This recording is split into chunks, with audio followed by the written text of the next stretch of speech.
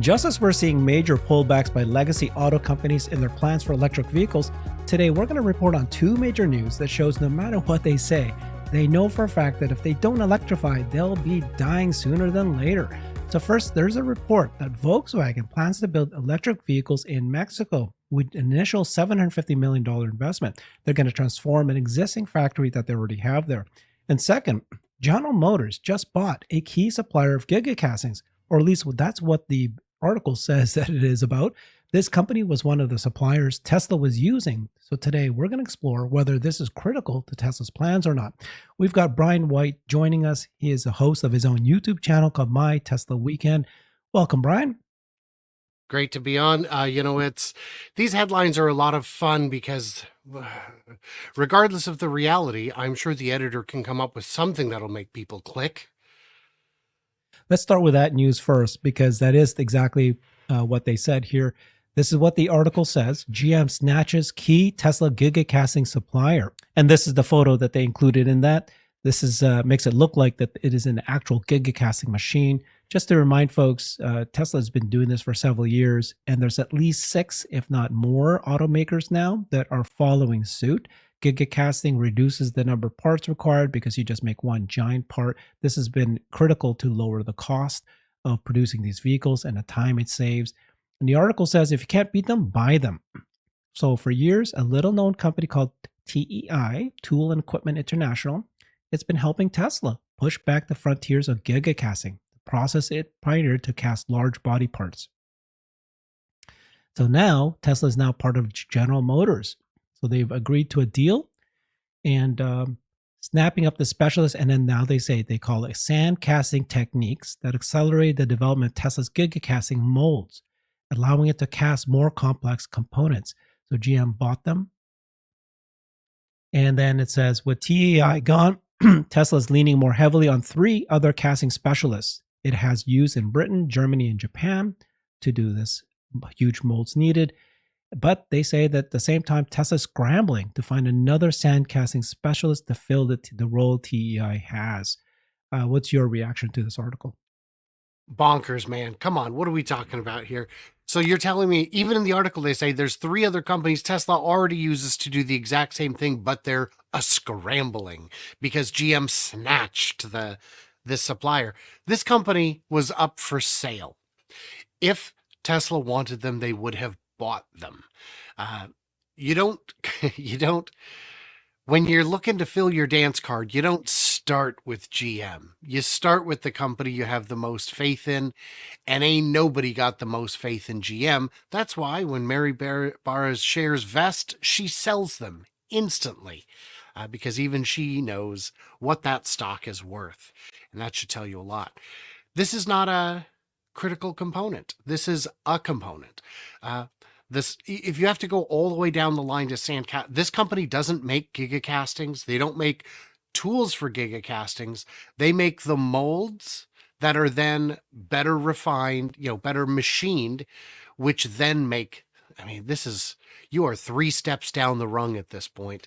I don't understand how audacious you can be with your headlines and still be taken remotely seriously. And then just to add on that, just yesterday, it was reported that Warren Buffett, Berkshire Hathaway, just completely divested all of their shares in GM, finally. They've just been slowly doing it. Now they're completely out of that. So yeah, the confidence is not there for GM. And by the way, they're also reducing the number of shares that they have for BYD, even that too. So interesting article. GM bought the sand castings, not that important for Tesla.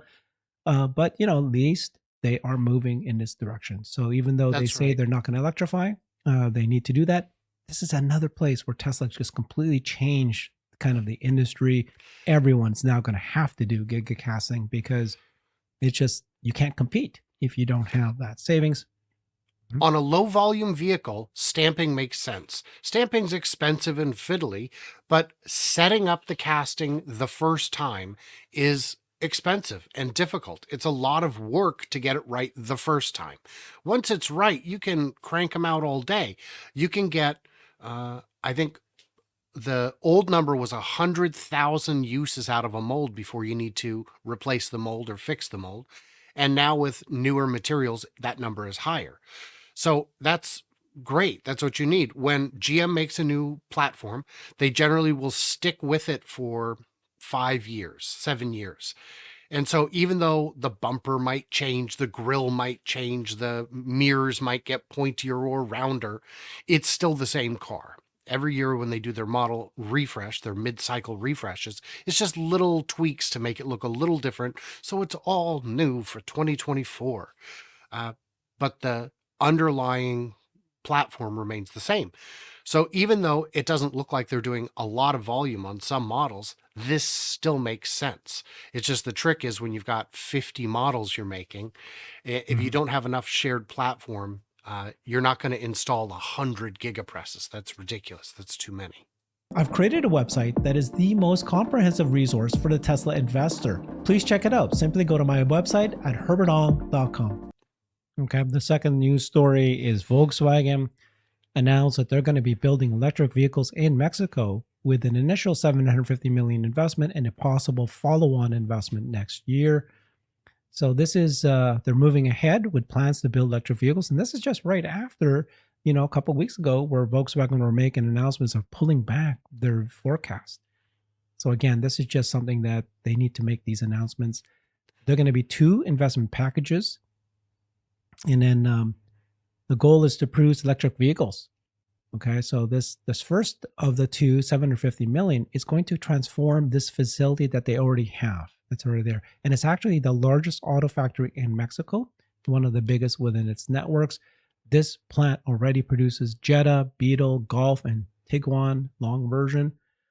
So what's your thoughts about that? Transforming an existing factory and setting it up for electric vehicles? So we know that a greenfield construction is cheaper than a remodel. So whatever you expected to get for your $750 million, scale it back by 10%, 20%, and then ask yourself, is 750 million enough to build even one factory?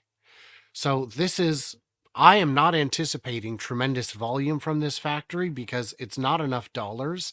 And even if it was, phase 1 of Giga Shanghai was $1 billion. You're going to spend less than they spent on phase 1 of Giga Shanghai? Okay, I guess that's a thing, I suppose. But it feels like a half measure. It feels like this is not sufficiently serious to save them. And every car they sell, they will sell into North America. They will sell into the US. Buyers will qualify for that IRA credit. Unless they're going to start making the batteries too, to try and get in on that incentive. That's very generous, $10 per kilowatt hour for pack assembly, an additional, 30, 35 for making the batteries themselves. I just don't see this being enough. I see it being too small of a gesture. Definitely too small, but also very, very confusing, as I'll point out here. We'll take a look a little closer. So the Volkswagen Mexico leader said that, they're going to upgrade the facility. It needs to have state-of-the-art technology. Makes sense. Large investments need to be made next 1 to 3 years to develop the new electric models. Makes sense so far. Then they say that the second investment package, which they'll decide in 2024, it's going to be enough to actually make their own new EV, right? It says involves an electric vehicle that we built in Mexico. Okay. The new model will be produced at the plant, will be introduced in the next 12 to 15 months, and it's going to be built for Mexico, the US, and Canada. The problem is, here's the weird part, is okay, well, just a couple of weeks ago, they announced the halted production of electric vehicle models at 2 German plants. And the halt impacts EVs, including the ID4, the ID7, and the Q4 e-tron. Blamed a lack of electric motors as the cause of the production halt. And then this is the weird part. The made in Mexico electric vehicles would not qualify for the IRA tax credit, but it would still cut down on shipping to North America significantly. So what? Oh, Why if the batteries are Chinese, maybe it wouldn't qualify. Right. So they got to they're going to have to source their batteries. Oh, gosh.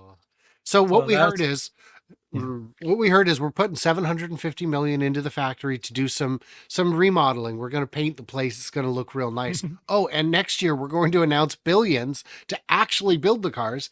And from the sounds of it, we don't have the car designed, even though the ID2 has been touted at car shows and press releases since March.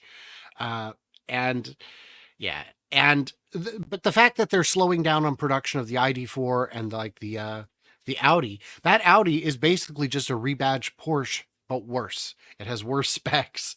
It's not as good of a car.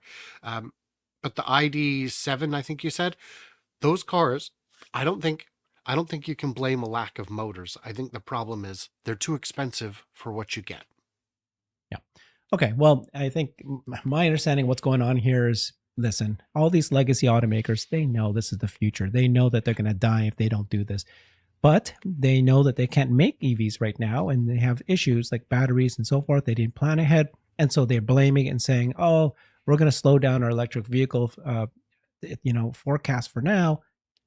And they're going to they need to focus on hybrids, and they're going to focus on gas cars and then push it off. But they need to continue to invest.